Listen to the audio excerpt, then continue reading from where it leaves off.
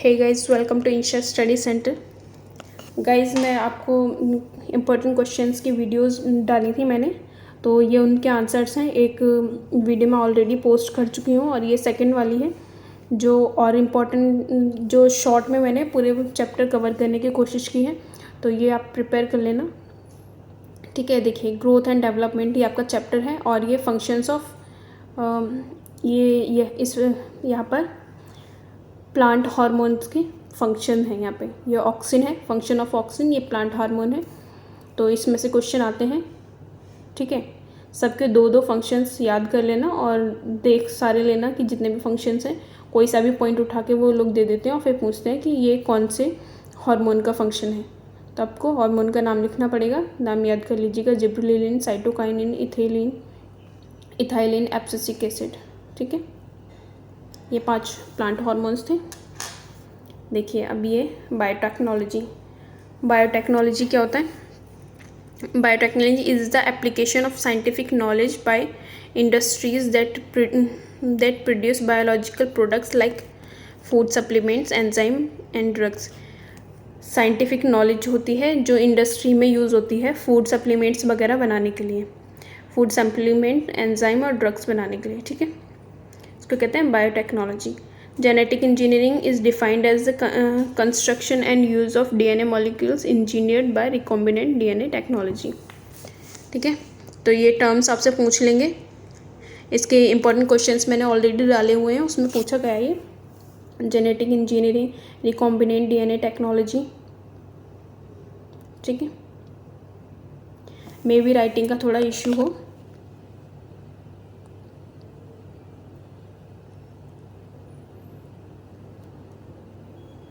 Gene therapy, addition of normal functioning genes to the defective cells to correct the genetic disease. Genetic disease को correct करने के लिए normal functioning genes को add करते हैं, defective jeans को हटाकर। ठीक है,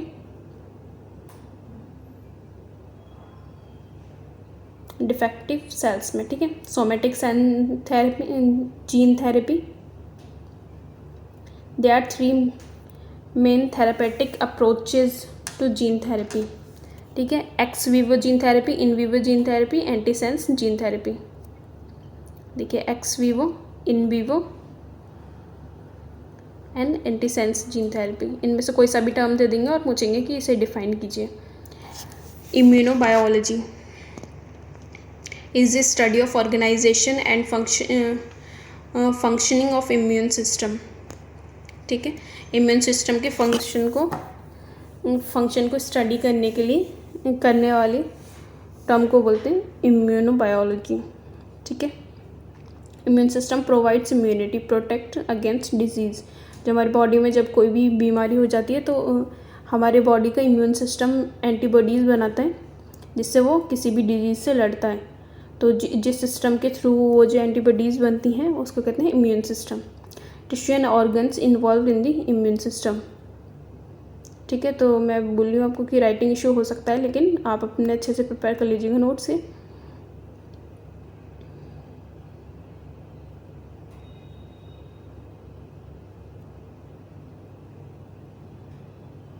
सेल्स ऑफ इम्यून सिस्टम, जो मेन सेल्स होती हैं वो B cell and T cells होती हैं। वैसे सबका अपना अपना इम्पॉर्टेंट फंक्शन होता है, लेकिन बी सेल और टी सेल्स के बारे में ज़्यादा पूछा जाता है। ठीक है, functions of B cells, main functions of T cells.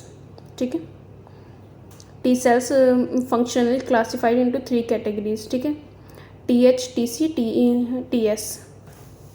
ठीक है, हेल्पर, साइटोक्सिस, सुप्रेसर। हाँ, ये जो एंटीजन एंटीबॉडी है ये ज़रूर पूछते हैं, इसका डायग्राम भी आप कर लेना। बहुत बार रिपीट हुआ है क्वेश्चन, लेकिन ये मैंने रिपीटेड क्वेश्चन में नहीं लिख पाया है, तो मैं आपको बता दूँ बहुत बार रिपीट हुआ है क्वेश्चन, इसको ज़रूर प्रिपेयर कर लेना। एंटीजन एंटीबॉडी, एंटीजन होता है जो हमारी बॉडी पर अटैक करता है। ठीक है, और एंटीबॉडी होती है जो अभी मैंने बताया था, जो हमारा बॉडी का इम्यून सिस्टम होता है जो किसी भी चीज़ से लड़ने के लिए, जिस चीज़ से लड़ने के लिए वो एंटीबॉडी बनाता है। ठीक है, होता है एंटीजन। और जो बॉडी में अपनी जो शक्ति से जो बनाते हैं उसको कहते हैं एंटीबॉडी, जो किसी डिजीज़ से लड़ती है। ये प्रोटीन होते हैं जो हमारी बॉडी में बनते हैं। Types of immunity, natural and innate immunity. Natural immunity होती है जो हमारे बॉडी में ऑलरेडी प्रेजेंट होती है, ठीक है। नेचुरल या फिर इन्नेट इम्यूनिटी उसी को कहते हैं जो हमारी बॉडी में ऑलरेडी प्रेजेंट होती है। और एक्वायर्ड इम्यूनिटी होती है जो हमारी एक्सटर्नल सोर्सेज से हम लेते हैं, जिस इम्यूनिटी को, जैसे वैक्सीनेशन के थ्रू हम कोविड के लिए लेते हैं, तो वो होती एक्वायर्ड इम्यूनिटी। तो एक्वायर्ड इम्यूनिटी में भी दो टाइप की होती है, ये एक्टिवली एक्वायर्ड इम्यूनिटी और पैसिवली एक्वायर्ड इम्यूनिटी। नेचुरल और इन्नेट इम्यूनिटी देख लीजिए। इसके 3 main components, physical barrier, phagocytic cells, soluble components. Acquired immunity, actively acquired immunity क्या है, फिर उसके जो 2 टाइप्स हैं, एक्टिवली एक्वायर्ड इम्यूनिटी और passively acquired immunity.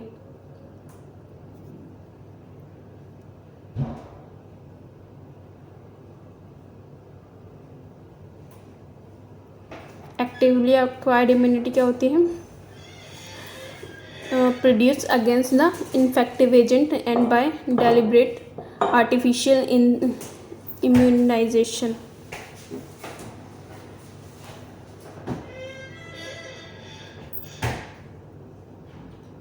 Important vaccines, tuberculosis vaccine, DPT और MMR, B cells and T cells, ठीक है। तो आप इनको प्रिपेयर कर लीजिएगा, ये इम्पोर्टेंट क्वेश्चंस हैं आपके।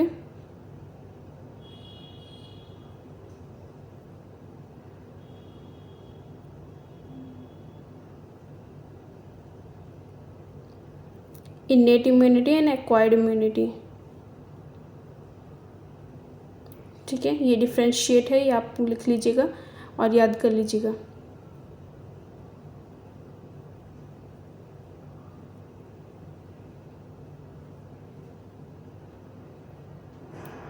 Ecology, ecology is the study of relationship and interaction between organisms and their environment, ठीक है।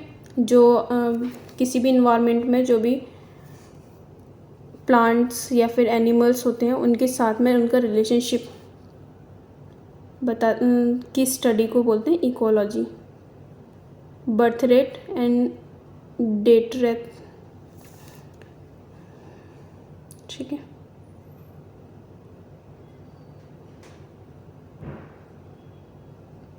सेक्स रेशियो, ठीक है। Terrestrial ecosystem, aquatic ecosystem, man made ecosystem, और इन सब के एग्जांपल्स हैं, इसे समझ जाइएगा क्योंकि ये शॉर्ट नोट्स प्रिपेयर किए हैं इसलिए पूरा डिफाइन नहीं करा है मैंने। स्ट्रक्चर ऑफ पॉन्ड इकोसिस्टम, ठीक है। बायोटिक और एबायोटिक होते हैं इसमें।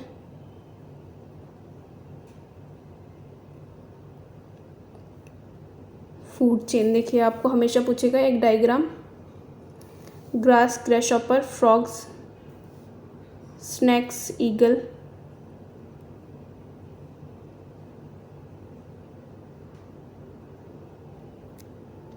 नेचुरल रिसोर्सेस, ठीक है। रिसोर्सेस नेचुरल और आर्टिफिशियल होते हैं, ठीक है। एग्जॉस्टिबल, इनएग्जॉस्टिबल, एग्जॉस्टिबल जो कि ख़त्म हो जाएंगे, और इनएग्जॉस्टिबल जो ख़त्म नहीं होंगे, रिन्यूएबल होते हैं जो, जैसे coal, petroleum, iron, biological species. Just a second, renewable होते हैं विंड, वाटर और फॉरेस्ट जो दोबारा से बनाए जा सकते हैं, और नॉन रिन्यूएबल जिनको दोबारा से नहीं बनाया जा सकता, ठीक है। यहाँ से देख लीजिएगा क्योंकि मैंने पढ़ा नहीं है, सिर्फ मैंने जस्ट प्रिपेयर करके पोस्ट कर रही हूँ, पढ़ने का या समझने का इतना टाइम नहीं मिल पा रहा है। देखिए, need for conservation of natural resources to maintain ecological balance for supporting life, ठीक है। to prevent different kind of species biodiversity, to make the resources available for present and future generation, to ensure survival of human race. उसके बाद आता है soil erosion, removal of top layer of soil by wind and water. Causes of soil erosion, ठीक है. तो इसके natural और एंथ्रोपेजेनिक. एंथ्रोपेजेनिक मतलब होता है ह्यूमन जेनरेटेड.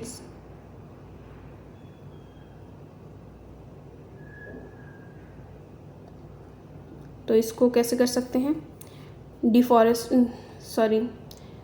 कॉजेस क्या होते हैं? डिफॉरेस्टेशन के through, poor farming method, over grazing. Over grazing मतलब भैंस वगैरह को चराना, ठीक है. तो देखिए ओवर ग्रेजिंग वाला आपको शायद समझना है, इसलिए मैं बता देती हूँ. देखिए पुअर फार्मिंग मेथड में क्या होता है? Obtain successive crop and burn them. क्या होता है कि जो क्रॉप्स होती हैं अपने उन्होंने ऑब्टेन कर ली, उसके बाद जो नीचे की बची हुई होती है फिर उसको जला देते हैं, जिससे जो वहाँ की मिट्टी होती है उसका इरोजन हो जाता है, वो ख़राब हो जाती है, ठीक है. Overgrazing by cattles, buffaloes and sheeps leaves very little plant cover, ठीक है. Their hoofs make the soil dry and can be blown away very easily, ठीक है. Conservation of soil, maintenance of soil fertility, control of grazing, reforestation, terracing, control plaguing.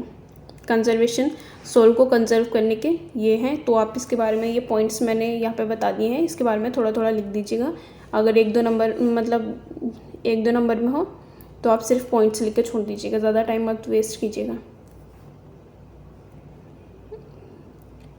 Degradation of water, ठीक है. Water pollution को कहते हैं degradation. किस वजह से हो रहा है? इंक्रीजिंग पॉपुलेशन, सीवेज मतलब waste water from domestic and municipal use makes fresh water unfit. जो फैक्ट्री का कचरा होता है वो छोड़ देते हैं, ठीक है. सीवेज का जो पानी होता है वो सारा नदियों में छोड़ देते हैं. एग्रीकल्चरल वेस्ट जैसे होता है पेस्टिसाइड्स वगैरह सब नदी में छोड़ देते हैं, जिसकी वजह से वो पीने लायक नहीं बचता. कंजर्वेशन ऑफ वाटर में देख लीजिए, ऐसे लिख लीजिएगा. रेन वाटर हार्वेस्टिंग वगैरह से वाटर कंजर्व किया जा सकता है. ट्रीट ऑफ बायोडाइवर्सिटी,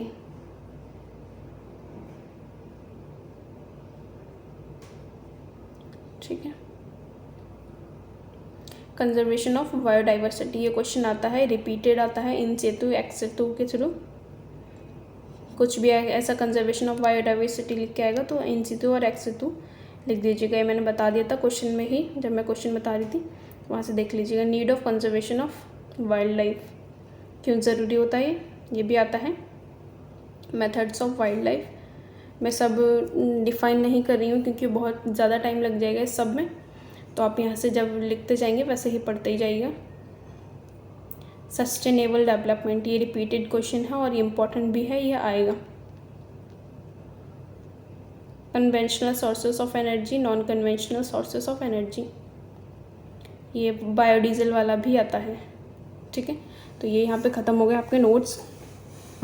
सेकंड वाले भी आगे के चैप्टर्स के जो नोट्स हैं वो मैं आपको प्रोवाइड कर दूँगी, ठीक है. तो वीडियो पसंद आई हो तो लाइक कर देना और अपने क्वेश्चंस जो बहुत इंपॉर्टेंट क्वेश्चंस और जो रिपीटेड क्वेश्चंस हैं उनकी वीडियोस मैं ऑलरेडी डाल चुकी हूँ. इंग्लिश हिंदी की प्रिपरेशन के लिए आप डिस्क्रिप्शन से वीडियो देख लेना, उसे देखकर आपका पूरा कोर्स कवर हो जाएगा.